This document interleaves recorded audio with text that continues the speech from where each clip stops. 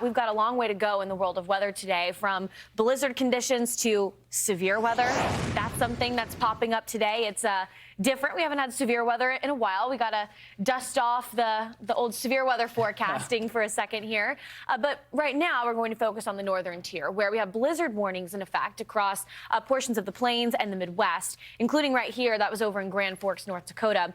We can anticipate a widespread about 5 to 8 inches of snow in most spots, but we do have lake effect snow that's pushing the totals to feet for the Yup of Michigan, on the western shores of Michigan, and even later down the line for the Northeast, which we'll touch on in a second. But here's what we're expecting through Monday. We have an area of low pressure that's pushing south out of Canada, but because this one is a little bit further to the north, hugging the Canadian-U.S. border, it's keeping that cold air bottled north, and so that's why the I-95 corridor, we're getting purely rain with this.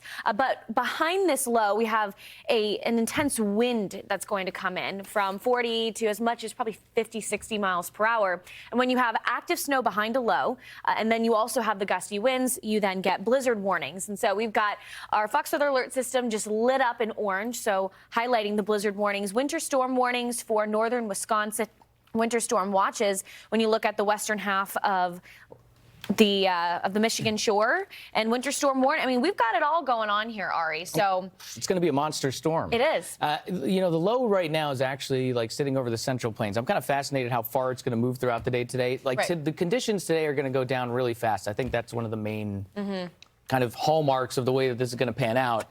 Pressure gradient's already starting to tighten up. I'm looking at some of the wind gusts right now. Let me see what we've got out here. Hang tight. Yeah, we're already gusting in like Nebraska, parts of Kansas, South Dakota, 40+ miles per hour. Yeah. And that's like noticeably different than it was even just a couple hours ago when I got into work. Yeah, so for sure. It's strengthening quick. Yeah, I mean, we're watching this low deepen, and you can even see where we've got this convergence zone going on, where you've had this moisture return, where it'll be purely rain to start, and then on the backhand side, you've got that cold air, and that's really when the winds start to take over. So it's really interesting to look at least just based on what we're estimating here, that Sioux Falls is gusting up to 25, and then Des Moines is calm. Yeah. You're riding that line, and they really don't have that big of a difference between the two areas, just a rough estimate of about 300 miles. And so it's the progression of this storm that is going to be a big travel issue as well for folks if you live in Chicago, traveling to and from Chicago, Cleveland, and even eventually for the I-95 corridor. Yeah, this storm, I mean, it's going to go all the way across the Great Lakes, and we're going to cover kind of each part of it throughout the show today. I think one of the main stories, the other one, of course, the ice in the Northeast, which we'll get to in just a sec. But Minnesota, specifically, like Minneapolis, St. Paul, they're actually just outside of the blizzard warning. They are. Just west of town, right? So it's like Rochester, Mankato. But it's like they're going to be close to blizzard conditions. Like, it's all pretty close. Right. I mean, they are literally right on that county line where off to the west of them, they've got those blizzard warnings, and to the east, it's just a winter storm warning. So, you know, in that case, you're likely going to get blizzard-like conditions. Maybe it reaches full blizzard criteria. There's a couple different pieces in order to get that, or you have brief spurts of whiteout. So travel is going to be near impossible at times. The way that we kind of expect this thing to move, this is through Monday.